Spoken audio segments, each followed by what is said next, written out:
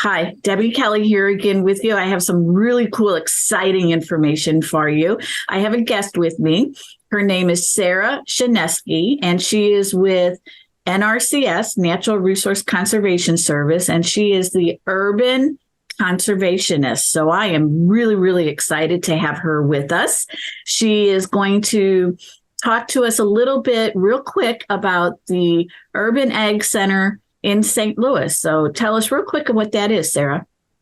Thank you, Debbie. So as Debbie said, my name is Sarah Shineski, and I work as an urban conservationist here in St. Louis, Missouri.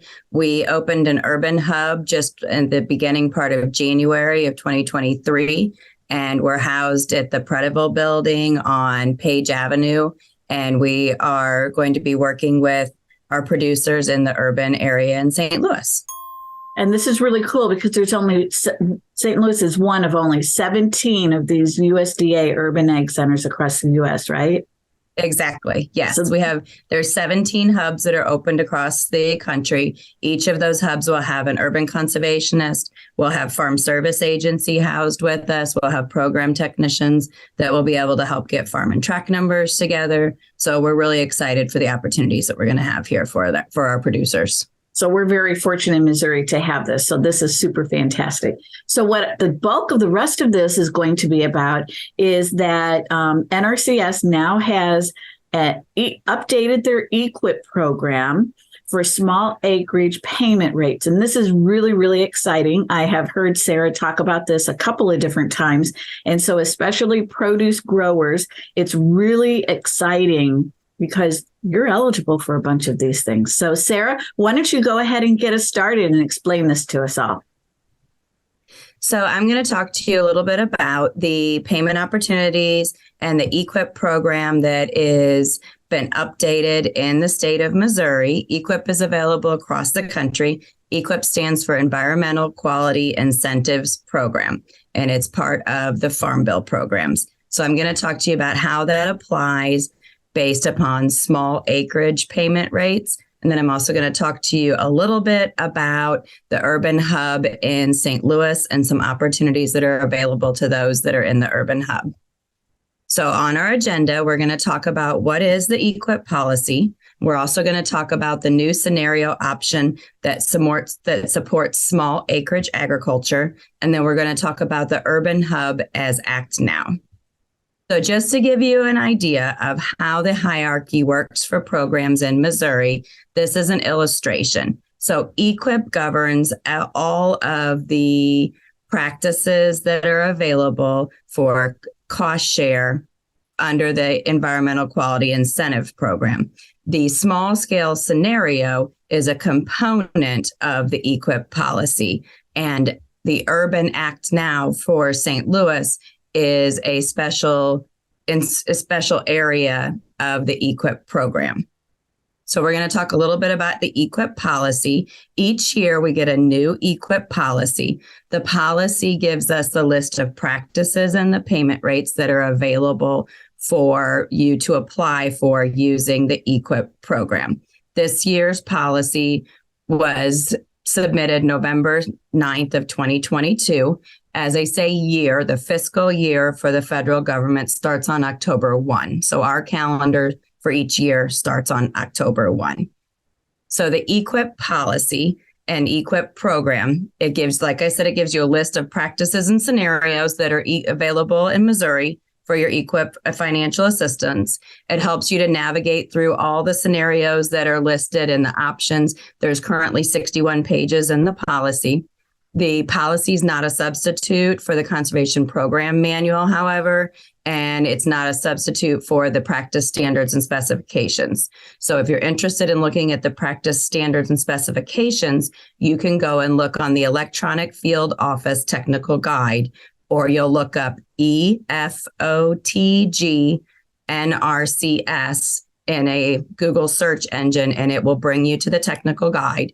And you can go through and read the standards for each of the practices that are listed for you to have included for EQIP. For eligibility, anybody can apply for an EQIP application or any other NRCS program at any time. but only the applications that are determined to be eligible will be considered for financial assistance through EQIP or other programs. There's some new practices that have been added for fiscal year 23 in the EQIP policy. One of those is the roof runoff structure. The other one is low tunnel systems. You'll see a practice code off to the side. So that's 558 means roof runoff structures. 821 means low tunnel systems. You'll also see those numerical values show up if you go to that electronic field office technical guide. So first, we're going to talk about the roof runoff structure. So roof runoff structures, these are available depending on the size of square foot of the area that needs to be guttered. Or for those of you that have a high tunnel, if you have a high tunnel and you have a roof, if you have roof runoff that's an issue and it's causing erosion on the outside of your high tunnel, water seeping into the high tunnel itself, there's some opportunities for cost share to help to put in a trench drain and storage. Those are based on linear foot. And the practice payment rate, the regular practice rate is listed in the first column. The historically underserved payment rate is listed in the right column. That includes socially disadvantaged, limited resource, veteran, and beginning farmer under that historically underserved payment rate. The second one is the low tunnel systems. Low tunnel systems are paid by the square foot. If it's less than 1,000 square feet that you're going to be utilizing, then it's the payment rate on the first line. If it's greater than 1,000 square feet, but less than 5,000 square feet, it's the payment rate on the second line. The third payment is this years 2 to 3 is an incentive payment for implementing that practice after it's been installed. These low tunnels are great because they help you to retain your soil moisture. They help increase the temperature, which protects your plants from the little freezing cold nights that we get late spring. The other thing that they can be really good for is pest management for insect control. So a little bit about the expanded scenario options to support your small scale agriculture.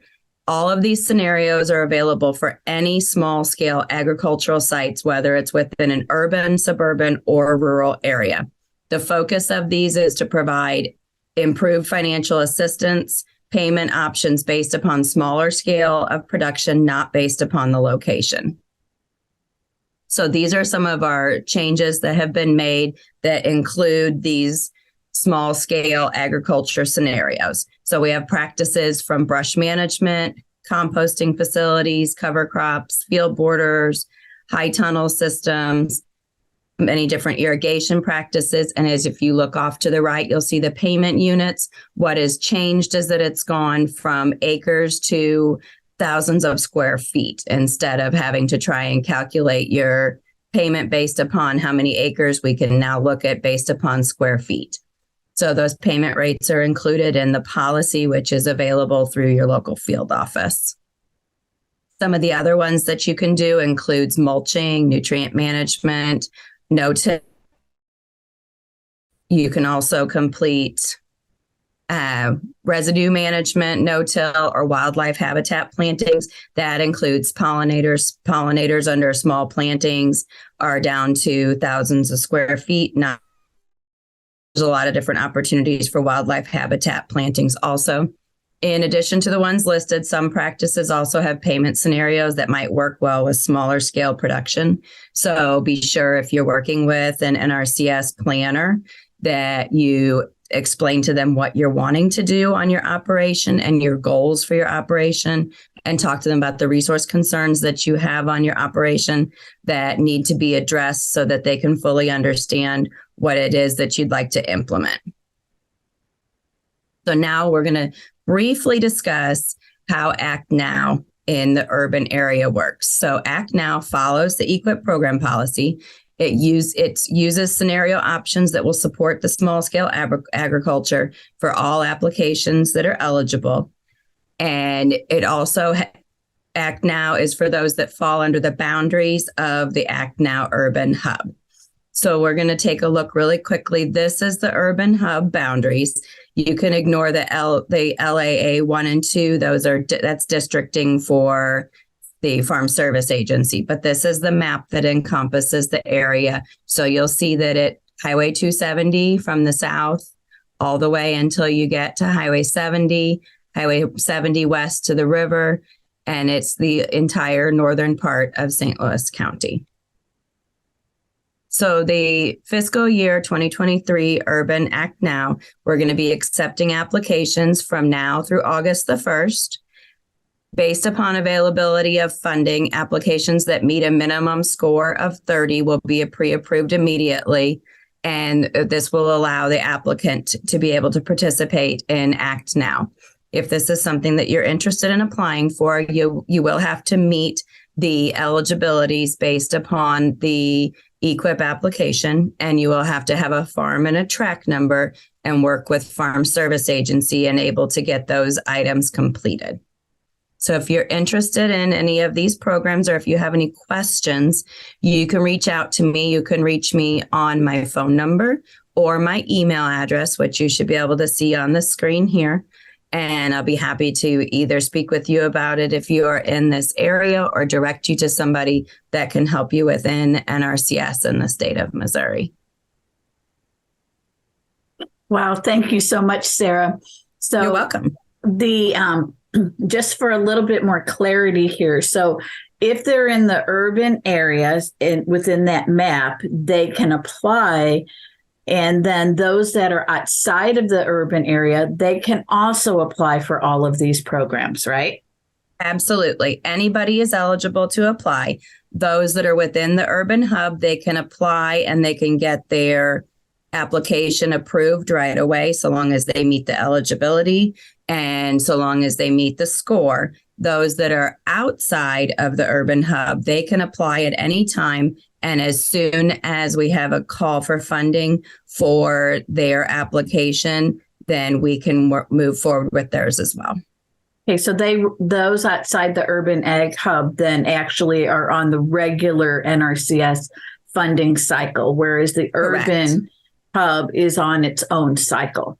That is correct. Okay, yes. Great. And so if someone is outside the urban ag, they can just go out and contact their local NRCS county office and visit with those folks and say they're interested in talking about the different updated EQIP small scale program that's available. Yes.